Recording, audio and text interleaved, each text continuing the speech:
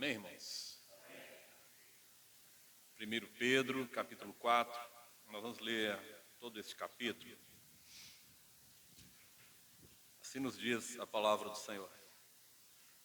Ora, pois, já que Cristo padeceu por nós na carne, armai-vos também vós com este mesmo pensamento, que aquele que padeceu na carne já cessou do pecado, para que no tempo que vos resta na carne, não vivais mais segundo as concupiscências dos homens, mas segundo a vontade de Deus. Porque nos basta o tempo do passado, porque nos basta que nos tempos passados da vida fizéssemos a vontade dos gentios, andando em dissoluções, concupiscências, embriaguez, glutonarias, bebedices e abomináveis idolatrias.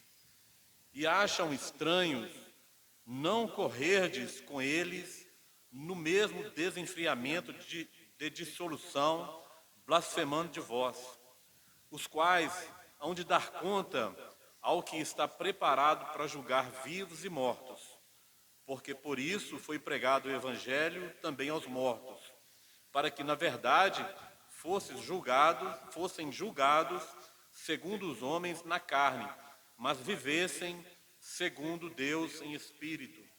E já está próximo o fim de todas as coisas, porquanto sede sóbrios e vigiai em oração. Mas, sobretudo, tende ardente amor um para com os outros, porque o amor cobrirá a multidão de pecados. Sendo hospitaleiros uns para com os outros, sem murmurações. Cada um administre aos outros o dom como recebeu, como bons mordomos da multiforme graça de Deus. Se alguém falar, fale segundo as palavras de Deus. Se alguém ministrar, ministre segundo o poder que Deus dá, para que em tudo Deus seja glorificado por Jesus Cristo, a quem pertence a glória e poder para todos sempre. Amém. Vamos ler somente até aqui, que Deus nos abençoe. Senhor Deus, Senhor, mais uma vez nós estamos diante da Tua palavra. Senhor, a Tua palavra é luz para os nossos caminhos. Pedimos a Ti, Senhor, vem nos iluminar, ó Pai. Vem nos dirigir através da Tua palavra. Senhor, que a Tua palavra possa ficar gravada, Senhor, em nosso coração.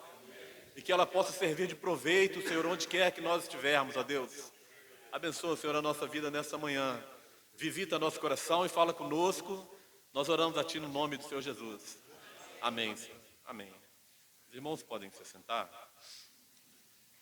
Meus irmãos, a palavra de Deus tem uma ênfase muito grande ao pensamento.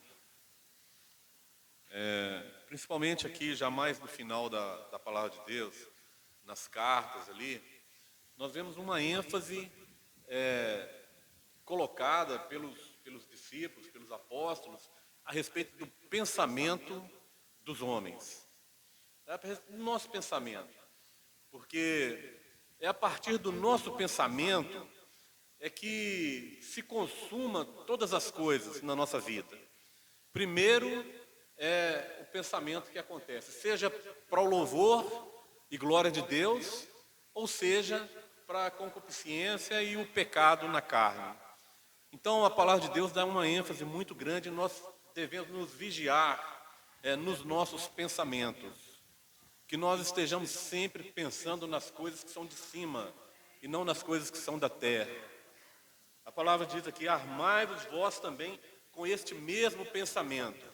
Que pensamento que o apóstolo Pedro aqui nos exorta, que nós estejamos armados com ele, né? Que seja para nós uma arma contra o pecado.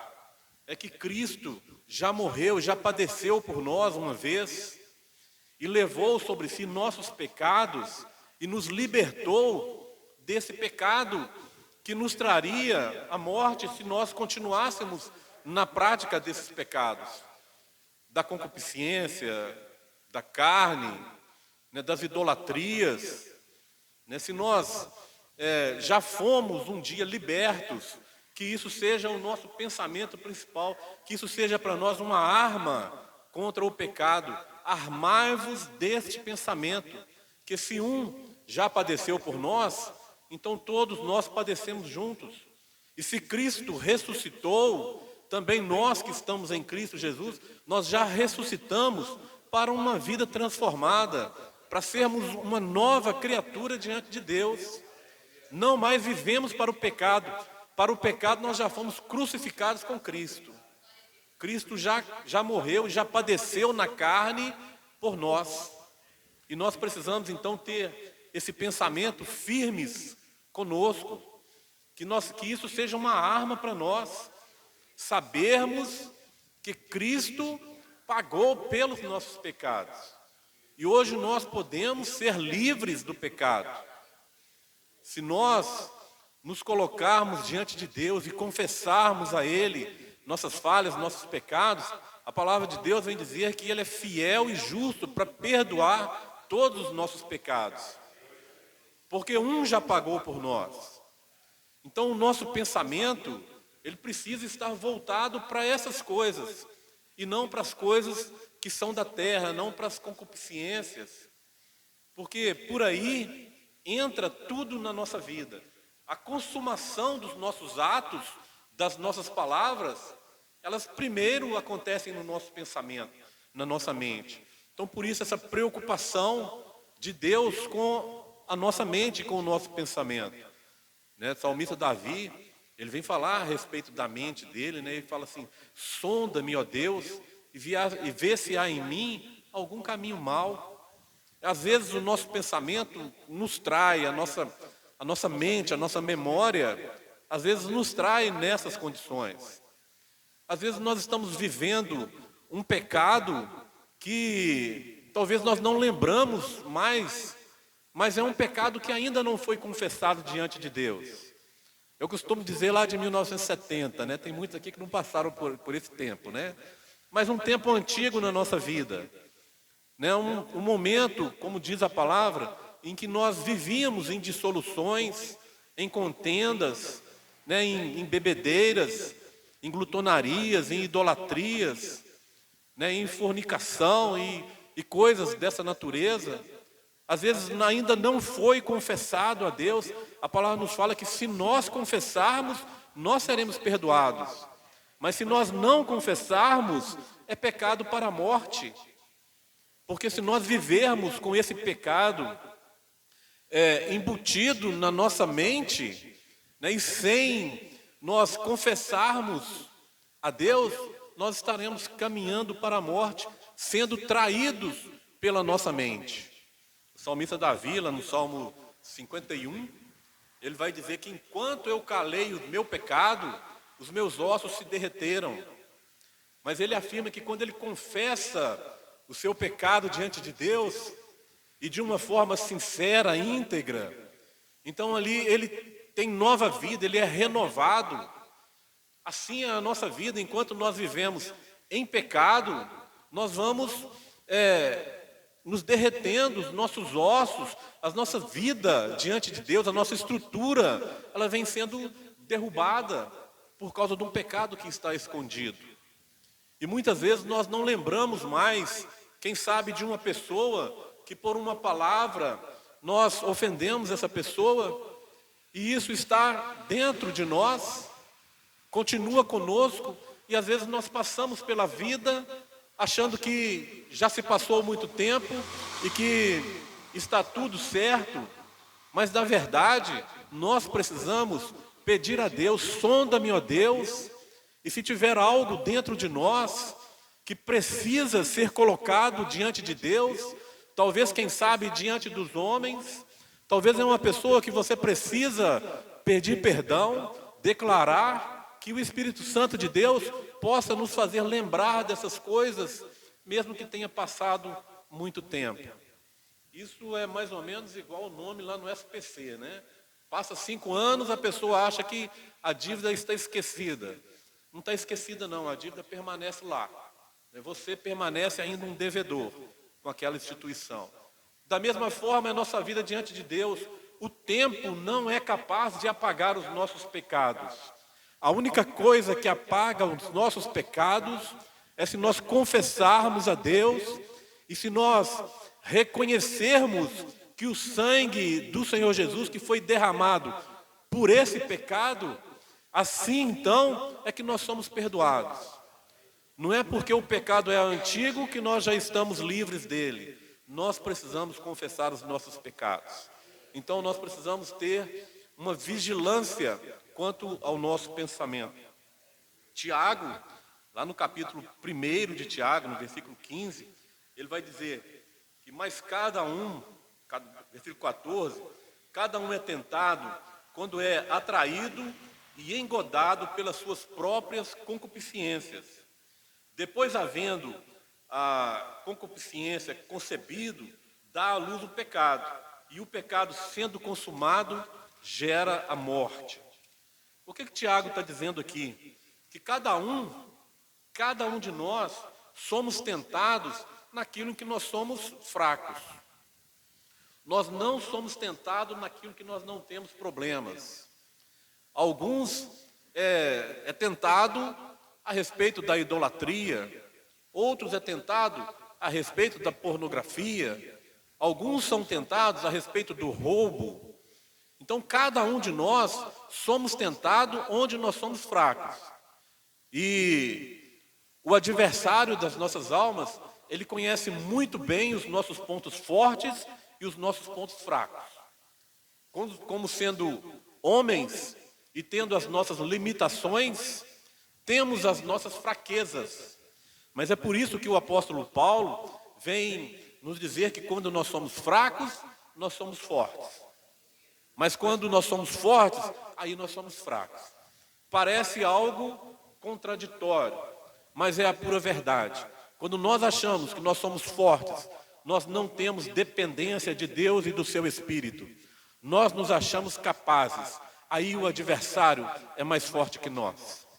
Mas quando nós reconhecemos a nossa fraqueza, quando nós reconhecemos as nossas limitações, aí nós passamos a depender nesses pontos da bênção de Deus, nós passamos a depender da direção do Espírito Santo nesses pontos da nossa vida. Aí assim nós passamos a ser fortes, porque já não é mais a nossa força, mas a força do Espírito Santo que age em nós. E aí não há adversário capaz de nos derrotar, porque é a força do Deus Todo-Poderoso que está conosco. Bendito seja o nome do Senhor Jesus. Cada um de nós somos tentados nesse ponto.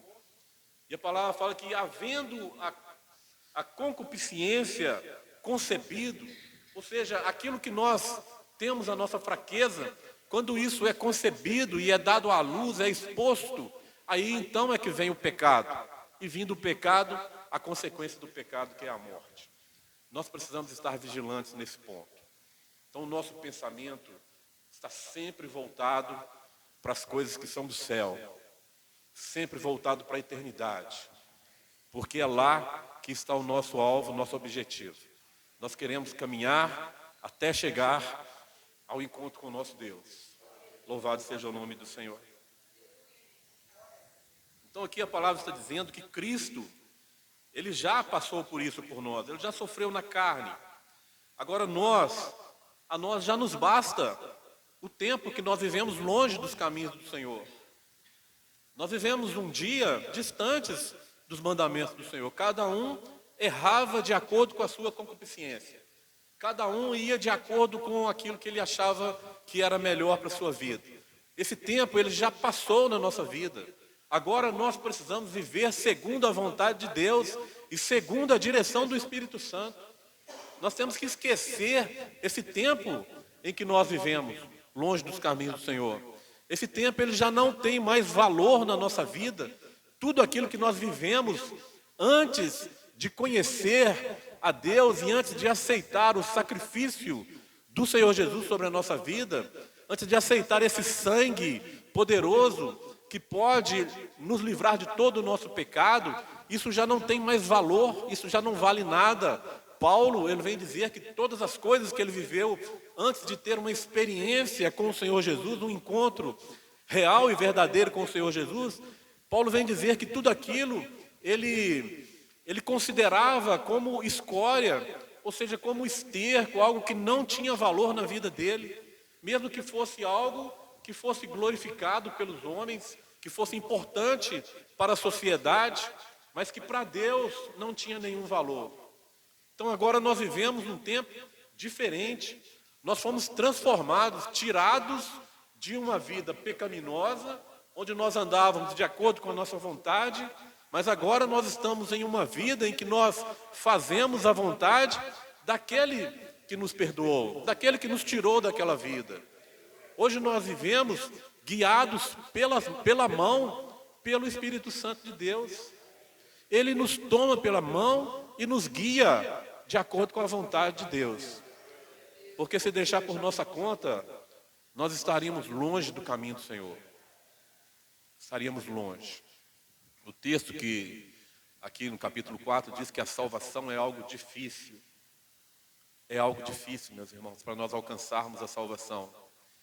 Há pouco tempo atrás eu trouxe aqui um estudo a respeito da salvação condicional. A salvação ela tem algumas condições e que para nós, como homens, das nossas limitações, das nossas falhas, nós não conseguiríamos alcançar. Então, se nós hoje temos salvação, não é graças ao nosso esforço, ao nosso conhecimento, não é graças às nossas obras. Paulo vai dizer aos Efésios que isso não vem de nós, isso é um presente que Deus quis nos dar, pelo seu infinito amor. A salvação é algo difícil para nós. A palavra de Deus fala que a salvação ela é tomada com esforço. Então nós precisamos viver uma vida de vigilância, porque se nós esquecermos essa vigilância, nós começamos a andar pelos nossos caminhos, e os nossos caminhos não são bons. Provérbios vai dizer que há caminhos que ao homem parece ser bom, mas que o final deles são caminhos de morte. Então, se nós formos andarmos de acordo com o nosso olhar, com o que nós achamos, com o nosso conhecimento, nós vamos achar caminhos bons por aí, mas que nos levam à morte. Nós precisamos seguir pelo caminho estreito, um caminho difícil, um caminho cheio de renúncia, um caminho de cruz, para que nós possamos alcançar vida eterna ao lado do nosso Deus. Esse tempo nos basta. Nós já abandonamos esse tempo. A palavra nos fala que muitos daqueles que continuam vivendo nesse tempo acham estranho a nossa vida. Acham estranho como que nós podemos passar alegres, felizes, sem as coisas que eles têm, sem as concupiscências que eles estão buscando. Então eles começam a blasfemar. Meu irmão, se você está sendo blasfemado, se você está sendo xingado, injuriado, glorifica a Deus, se você é uma pessoa feliz. A palavra nos fala que nós somos felizes quando o mundo nos aborrece. Aqui no texto que nós lemos, falam que eles acham estranho, eles não conseguem compreender como que nós vivemos essa vida de renúncia, essa vida de cruz, carregando a nossa cruz, e nós estamos felizes. O Senhor Jesus disse: se o mundo vos aborrece, sabei que antes aborreceu a mim. Então, se nós estamos sendo aborrecidos pela palavra de Deus e por andar segundo os mandamentos do Senhor Jesus, nós somos alegres, porque nós sabemos que o final é vida eterna. Louvado seja o nome do Senhor. Nós precisamos entender uma coisa: todos nós haveremos de prestar contas ao nosso Deus. A palavra nos fala que os quais hão de dar conta ao que está preparado para julgar vivos e mortos. Meus irmãos, Deus tem tudo para nos julgar, tudo que é necessário, porque Ele conhece os nossos caminhos, seja daqueles que andam de acordo com a sua vontade, ou seja, daqueles que estão andando distantes dos caminhos do Senhor. Deus está municiado de informações. A palavra de Deus diz que os olhos de Deus estão sobre a terra. Então Ele vê todas as coisas. Ele conhece o intento de cada coração. E Ele está preparado para nos julgar. E a palavra nos fala que Ele há de julgar começando por nós. Começando pelos seus servos. O que será então daqueles que não são servos do Senhor? Talvez seja um dos versículos mais duros da palavra de Deus. Se Deus há de julgar aqueles que estão buscando andar nos seus caminhos, como será então o julgamento daqueles que estão andando segundo as suas próprias concupiscências e seus próprios pecados? É um versículo que nós precisamos levar muito em consideração. E aqueles que tiverem a oportunidade de anunciar que todos os homens haverão de um dia estar diante do tribunal de Cristo, e que Cristo está preparado para julgar os vivos e os mortos. Cristo tem tudo o que necessita. Ele conhece cada um de nós, cada um dos nossos caminhos. Não há nada escondido aos olhos de Deus. Esse versículo é um versículo que causa algumas confusões, às vezes até teológicas, quando fala que Deus está preparado para julgar vivos e mortos. E principalmente no versículo que se segue, o versículo 6, que diz assim: por isso foi pregado o evangelho também aos mortos. A palavra de Deus diz que ao homem está destinado a morrer uma vez só, vindo depois disso o juízo. O que nós precisamos fazer para alcançar essa salvação, nós precisamos fazer em vida. Na morte não há salvação. Na morte não há retorno. Você morreu em Cristo ou você morreu fora de Cristo. Está definido o destino da nossa alma. Ou vida eterna ou morte eterna. Ou a bênção ao lado do nosso Deus eternamente, ou condenação eternamente. Está definido na morte. E alguns vêm dizer que Jesus Cristo, no período em que esteve sepultado, Ele desceu ao inferno a pregar às almas que estavam em prisão. Alguns dizem que Ele desceu ali para pregar aos mortos. Dizem isso baseado também na carta de Pedro, no capítulo 3, no versículo 19 e 20. Uma paginazinha atrás aí, que diz assim: no qual também foi e pregou a espíritos em prisão. Versículo 19. Os quais, noutro tempo, foram rebeldes, quanto à longanimidade de Deus, quando a longanimidade de Deus esperava nos dias de Noé, enquanto se preparava a arca, na qual poucas, isto é, 8 almas se salvaram pelas águas. Então dizem que Jesus Cristo, quando foi crucificado, na sexta-feira ali à tarde, morto, sepultado, até no domingo ele estava ao inferno pregando aos mortos. Mas nós, no nosso primeiro princípio da nossa congregação, primeiro princípio, diz que nós entendemos a Bíblia pela própria Bíblia. Então o próprio apóstolo Pedro, nessa mesma carta, ele vai dizer no capítulo 1, no versículo 11, ele vai explicar, primeiramente, antes dele dizer essas coisas.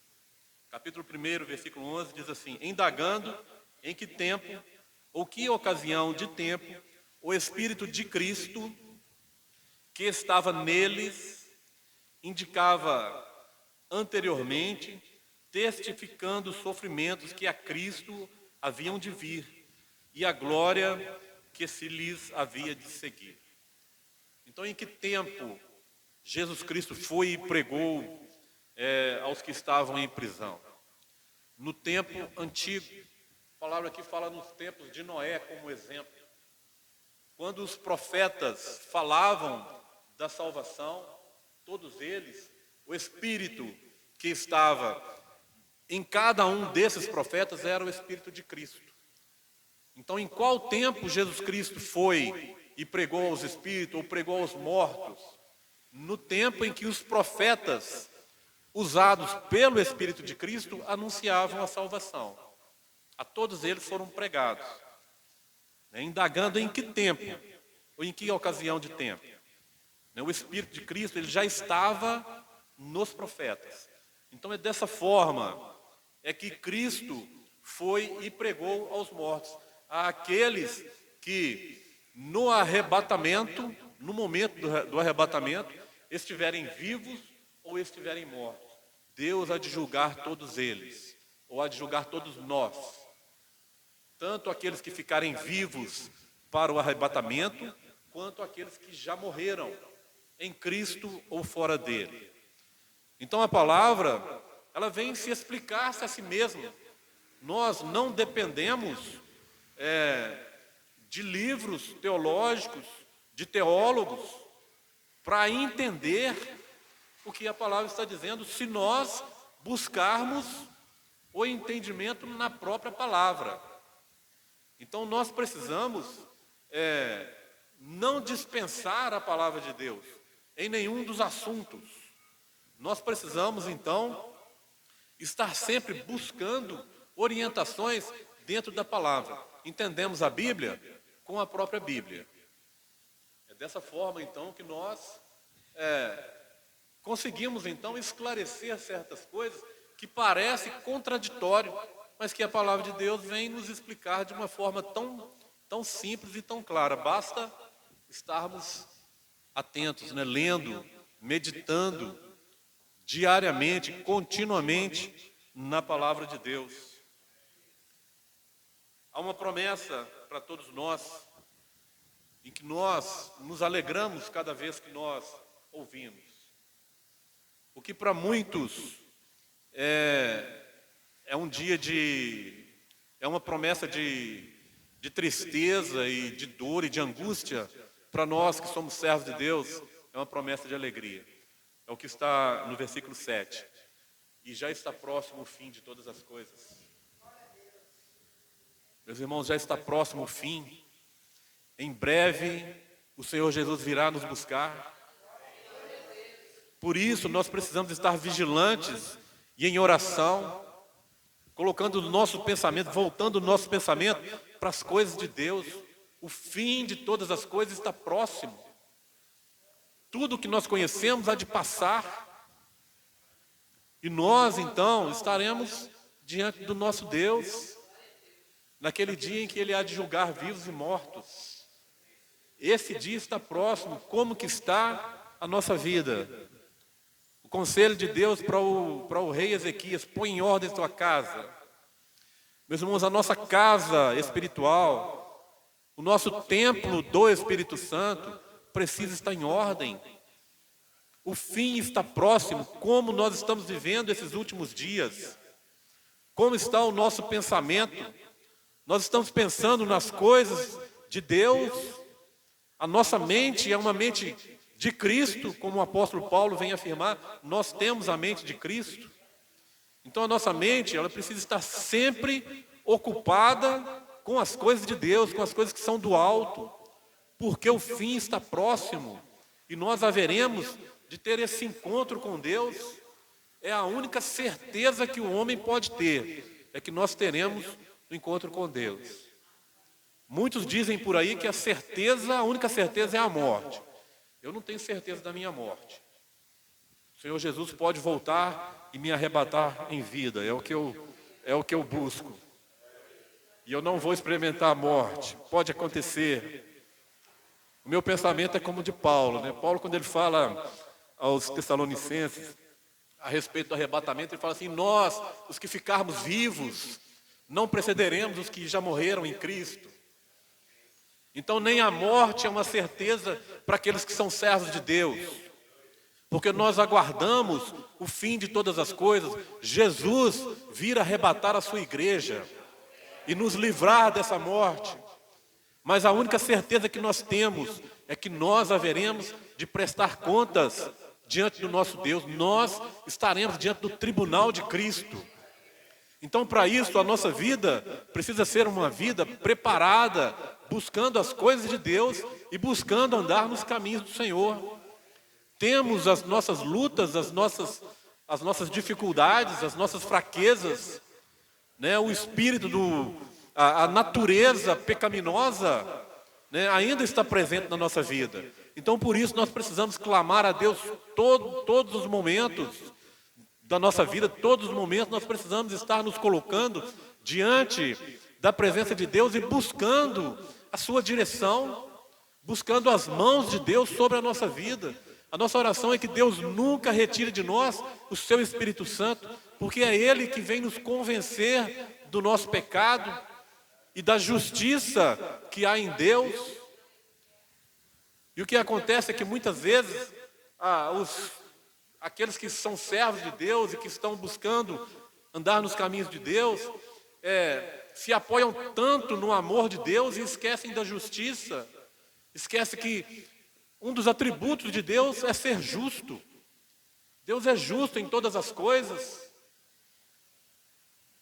É um dos atributos de Deus. Nós temos um irmão que congregou conosco um certo tempo, e algum tempo atrás, eu estava conversando com ele, e ele estava me dizendo que Deus o ama tanto, que a salvação de Deus é pelo amor. Ele diz até João 3, citou para mim, né? João 3,16, né? Porque Deus amou o mundo de tal maneira. Então o amor de Deus é suficiente para a nossa salvação. E não é verdade. E o que eu disse para ele, meu irmão, o amor de Deus, Ele te oferece a salvação. A todos os homens. O amor de Deus entregou Jesus para nos libertar da condenação. O Senhor Jesus, Ele se fez homem, foi obediente ao plano de Deus, até a morte e morte de cruz, para que nós pudéssemos ter acesso a essa salvação. Agora, a salvação depende da justiça de Deus.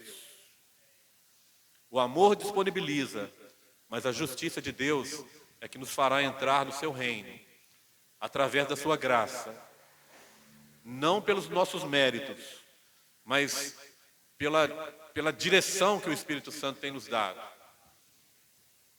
Assim é a salvação. A salvação é um ato de justiça. Aqueles que andaram segundo os mandamentos do Senhor, a justiça de Deus os levará à vida eterna. Aqueles que fizeram a escolha de andar distantes do caminho do Senhor, nas suas concupiscências, nas suas idolatrias, nos seus pecados, a justiça de Deus os condenará à perdição eterna. Então nós precisamos ser vigilantes em todas as coisas. A palavra nos fala que, sobretudo, tende ardente amor uns para com os outros. Irmãos, nós somos uma igreja pequena e louvamos a Deus por isso, porque somos um grupo que nós temos amado uns aos outros. Que nós vemos, quando olhamos os irmãos conversando, se cumprimentando, se abraçando, nós vemos que não é algo, como se diz, da boca para fora, não é uma aparência, mas nós vemos que é algo que parte do coração, um ardente amor. Isso é condição para a nossa salvação, se nós amarmos uns aos outros.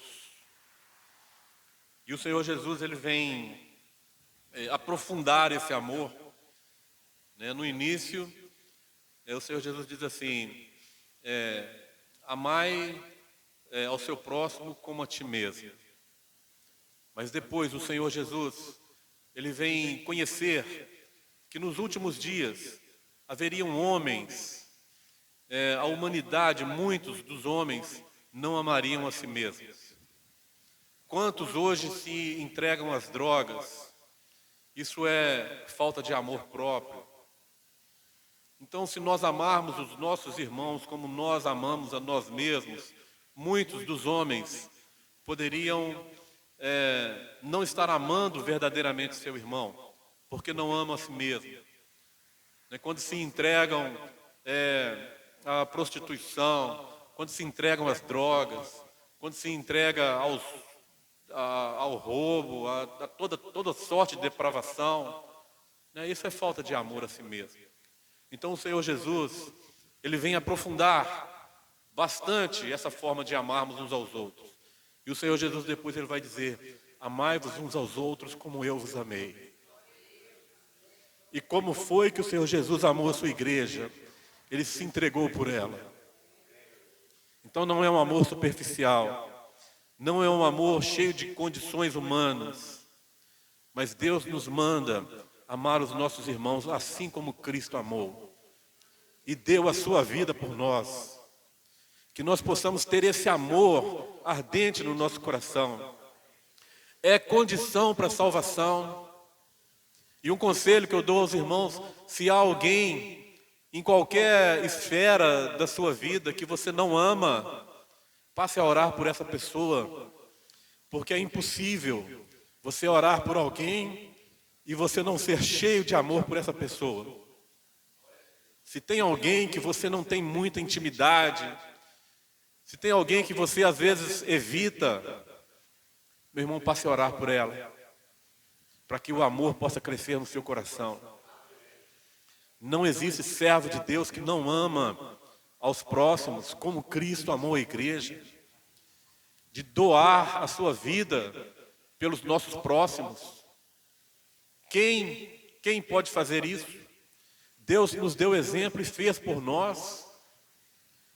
Doou a vida do seu filho em benefício daqueles que nem era amigo de Deus. A palavra nos fala que nós éramos inimigos de Deus, mas Deus nos amou, e o Senhor Jesus nos amou a sua igreja e entregou a sua vida por nós. É por isso que nós estamos hoje reunidos, nós temos comunhão. Isso não é algo que está em nós, mas é algo que o Espírito Santo de Deus tem colocado em nós. Amai-vos uns aos outros, assim como Cristo amou a sua igreja e se entregou por ela. Bendito seja o nome do Senhor Jesus. Que haja em cada um ardente amor uns para com os outros, porque o amor cobrirá a multidão de pecados. Mais um versículo controverso, de difícil aceitação. O amor cobrirá a multidão de pecados. Nós precisamos entender que pecado é esse que Pedro está falando. Qual que é o contexto? Pedro está falando do amor pelo nosso irmão. Que haja em cada um de vós ardente amor uns para com os outros, porque o amor cobrirá a multidão de pecados. A palavra de Deus lá em Mateus 18 vem dizer: pecando o teu irmão contra ti, chama-o e conversa com ele. Se ele aceitar, ganhasse o teu irmão. Se não aceitar, chama contigo mais uma ou duas testemunhas, para que pela palavra de duas ou três testemunhas tudo se venha às claras, ou tudo seja esclarecido. Se ele aceitar, ganhasse o teu irmão. Mas se não aceitar, chama a igreja, chama a congregação. Então esse pecado aqui, que o nosso amor de um para com os outros pode cobrir, é a ofensa que um irmão fez contra mim. Não é aquele pecado que nós fazemos diante de Deus. Esse pecado somente o sangue de Jesus Cristo pode perdoar. Somente Jesus Cristo perdoa. Mas as ofensas que muitas vezes nós fazemos com palavras, com gestos, com atitudes, né? Às vezes nós passando aqui, eu piso no pé do meu irmão ali, se eu não peço perdão, né? Nasce ali uma diferença, né? Nós precisamos então amar, para que esse amor de uns para com os outros possa cobrir essa multidão de pecados. O filho pródigo, quando ele chega diante do pai, ele diz assim: pai, pequei contra ti e perante os céus.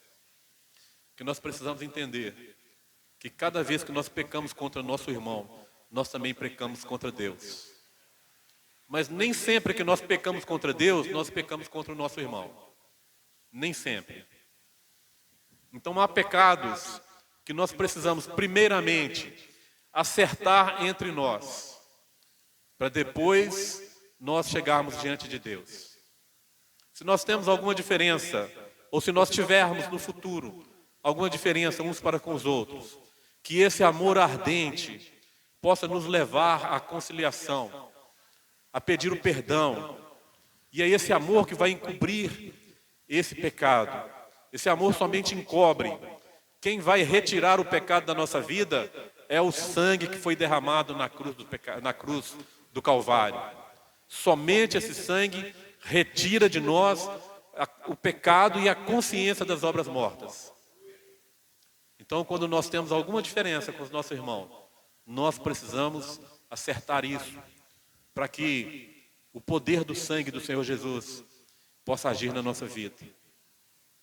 Quando nós vamos lá na primeira carta de João, no capítulo 1, versículo 7, diz assim: se nós andarmos na luz como Ele na luz está, temos comunhão uns com os outros. E o sangue de Jesus Cristo, seu Filho, nos purifica. Quem purifica os pecados? Somente Jesus Cristo. Então nós precisamos ser uma congregação, uma comunidade que vive um amor ardente de uns para com os outros. Porque assim o amor de Deus estará em nós. Se nós não amarmos o nosso irmão que nós vemos, como nós podemos dizer que amamos a Deus que não vemos? Então a evidência do amor de Deus na nossa vida é o nosso amor para com o nosso irmão. Isso é uma das evidências. Se você ver alguém que não ama seu irmão, esse também não ama Deus, o amor de Deus não está nele. Nós precisamos viver amor ardente, sendo hospitaleiros, uns com os outros, sem murmuração. Talvez um dos piores pecados seja a murmuração. O que aconteceu com a maioria de nós? Um dia nós estávamos em uma congregação que alguns pontos, algumas doutrinas, alguns entendimentos da palavra de Deus nós não concordávamos, e muitas vezes nós ficamos murmurando. Parávamos, às vezes, na porta da igreja, depois da igreja estar fechada, ficávamos ali um grupinho murmurando. Não haja murmuração entre nós. Dessa vida nós já saímos. Já nos basta o tempo em que nós murmurávamos contra o nosso pastor, contra o presidente da instituição, contra os dogmas. Nós murmurávamos contra a doutrina. Já passou esse tempo na nossa vida. Nós não podemos mais ter murmuração, porque é abominável diante de Deus a murmuração. Se nós temos alguma diferença, nós conversamos. Chama o teu irmão, conversa com ele. Se a diferença está em mim, chama e conversa e acerta. Seja com quem for essa diferença, não murmure e acerte as coisas. A palavra de Deus nos adverte para que não haja murmurações entre nós.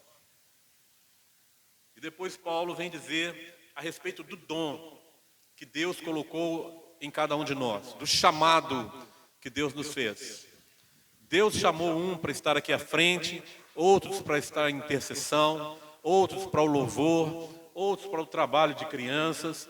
Deus chamou cada um dos seus servos com uma função, que nós possamos administrar bem esse chamado de Deus na nossa vida.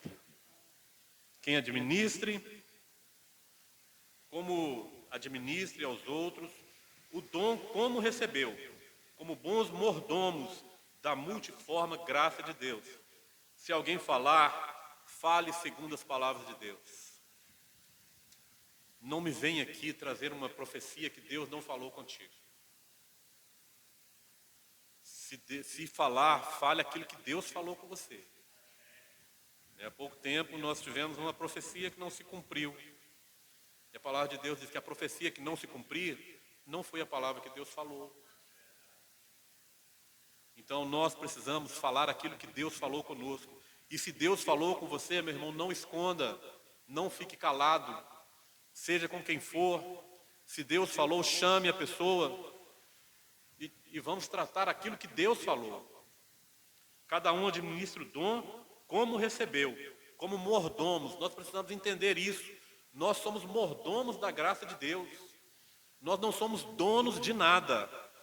Muito pelo contrário, Deus confiou a nós a sua graça. E nós precisamos cuidar, porque um dia nós haveremos de dar conta daquilo que Deus colocou na nossa vida. Um dia nós daremos conta do dom que Deus colocou em nós, do chamado que Deus nos fez. Veja bem a parábola dos talentos. Um dia o Senhor voltou e quis a conta dos talentos que Ele deixou. Um dia nós daremos conta dos nossos talentos, do nosso chamado, daquilo que Deus colocou na nossa vida, para nós fazermos em prol do Seu reino. Nós daremos conta. E seja qual for aquilo que Deus colocou para você fazer, seja em intercessão, em louvor, em ministração da palavra, em evangelização, seja no que for, seja fiel a Deus. E faça com todo amor, com toda dedicação, para que seja louvor e honra ao nome do nosso Deus. E que Deus nos abençoe, segundo a Tua palavra. Agora o texto continua falando, nós não lemos, mas o texto continua falando da prova que nós haveremos de passar. E a palavra diz assim: não estranheis a ardente prova que vem sobre vós para vos tentar, como se coisa estranha fosse acontecer. Como a palavra diz que o fim de todas as coisas está próximo. Nós, servos de Deus, temos passado por lutas e dificuldades, mas a palavra chama de provas. O Senhor Jesus nunca ofereceu mar de rosas para seus servos, pelo contrário, Ele ofereceu cruz. Quem quiser vir após mim, negue-se a si mesmo. Talvez seja a coisa mais difícil para o homem, é negar-se a si mesmo, negar sua própria vontade. E depois tome sua cruz. Quando as pessoas, lá na época do Senhor Jesus, quando as pessoas viam alguém carregando uma cruz, ele sabia, a sentença já estava determinada, era a morte. E muitas vezes nós lemos esse texto, quando o Senhor Jesus diz assim, cada um tome a sua cruz e siga-me. Às vezes nós achamos que é uma dificuldade no trabalho, uma dificuldade financeira no final do mês. Às vezes nós achamos que é uma luta que nós temos ali com o nosso filho, com o nosso vizinho, com o nosso colega de trabalho. Mas o que o Senhor Jesus está dizendo é que nós seremos perseguidos e mortos. Quando alguém carrega uma cruz, é para a morte. A sentença já está definida. O Senhor Jesus estava dizendo, aquele que me segue, eles passarão pela morte. Agora nós, como servos de Deus, nós não podemos estranhar essas coisas. Quando nós começarmos a sermos perseguidos, sermos blasfemados no nosso ambiente, seja onde for, nós não podemos achar isso estranho. O Senhor Jesus já nos advertiu. Isso é prova. E a prova é para sermos aprovados. Paulo, ele vai dizer, diz a Timóteo, procura apresentar-se diante de Deus como obreiro aprovado, o qual não tem do que se envergonhar e que maneja bem a palavra da verdade. Meus irmãos, se nós estivermos firmes na palavra do Senhor Jesus, nós passaremos pelas provas, seremos aprovados, segundo o olhar do nosso Deus. Nós sairemos mais puro que o ouro, como diz a palavra de Deus lá em Jó. Prova-me com fogo e sairei mais puro que o ouro. O que purifica o servo são as provas. Então é por isso que nós dizemos que quando nós estamos passando por lutas e dificuldades, quando nós estamos sendo blasfemados e injuriados, nós estamos alegres, porque estamos sendo provados pelo nosso Deus. E sairemos vitoriosos, porque nós servimos a um Deus poderoso, um Deus de vitória e um Deus que nos ama. Bendito seja o nome do Senhor Jesus. Quando nós olhamos esses versículos, Muitas pessoas dizem assim: se nós somos servos de Deus, nós não podemos passar por provas, porque o nosso Deus é poderoso para nos dar vitória, e Ele nos ama. E muitos vêm dizer que se nós passamos por prova, ou Deus não tem poder para nos livrar dela, ou Deus não nos ama. Tem aqui um senhor, de vez em quando passa aqui na rua aqui, e às vezes a gente para conversar. Às vezes ele nos chama e para ali para conversar um pouco. Na mente dele, ele se acha com mais amor do que Deus e mais justo que Deus. Mas o que nós entendemos é que o amor de Deus está justamente nestas provas, porque pelas provas nós vamos sendo aperfeiçoados. E Deus, em seu infinito poder, Ele nos dará vitória. E a vitória para os servos de Deus, muitas vezes, não está nesta terra, mas a vitória de Deus está na glória do Senhor. Está em um dia podermos andar ao lado do nosso Deus, um dia poder tocar no Senhor Jesus. Isso é a nossa vitória. A vitória do servo nem sempre está nessa terra. A palavra de Deus lá em Hebreus 11 vem dizer que muitos dos servos morreram sem alcançar a promessa. Muitos deles, ou até todos eles, alcançaram sem ver a promessa. Então a nossa vitória nem sempre está aqui. A nossa vitória está quando nós estivermos diante do tribunal de Deus e nós recebermos a palavra, a sentença que nós estamos buscando nesta vida enquanto estamos vivos. Vinde, benditos de meu Pai, e recebei por herança o reino que vos está preparado desde a fundação do mundo. Bendito seja o nome do Senhor Jesus. Vamos ficar de pé e glorificar o nome do nosso Deus.